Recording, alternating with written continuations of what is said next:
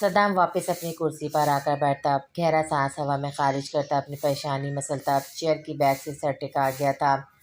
کچھ ہی دیر میں لمحوں کے اس کھیل نے اس کے دل کی حالت بدل کر رکھ دی تھی، جس کی سنگینی سمجھنے سے فی الحال وہ دونوں ہی قاصر تھے۔ دوسری جانب عمل اپنی ہی چال پر خود پر الٹ جانے کی وجہ سے اچھی خاصی بوکھلا گئی تھی۔ اپنے کیبن میں آنے کے بعد صدام کی تپش زدہ نظروں کے لمس سے لال ہوا اس کا چہرہ اور بے قابو ہوتی دھڑکنیں جگہ پر آنے کا نام ہی نہیں لے رہی تھی۔ حرمت نے کسمساتے آنکھیں کھولی تھی۔ کچھ ہی دیر اجنبی نظروں سے ارد گرد کا جائزہ لینے کے بعد کل اپنی زندگی میں آئی تلخ موڑ کے بارے میں یاد آتے ہی وہ ایک پل کے لیے آنکھیں موند گئی تھی۔ اس کے دل نے بے اختیار سوچا تھا، کاش یہ کوئی بہانہ خواب ہو اور اس کی آنکھ کھلتے ہی ٹوٹ جائے، مگر وہ ایسا صرف سوچ ہی سکتی تھی۔ حرمت نے گھڑی کی جانب دیکھا تھا۔ 7 بجنے کے باوجود کمرے میں کارٹن گرے ہونے کی وجہ سے ملکچا سا اندھیرا پھیلا ہوا تھا۔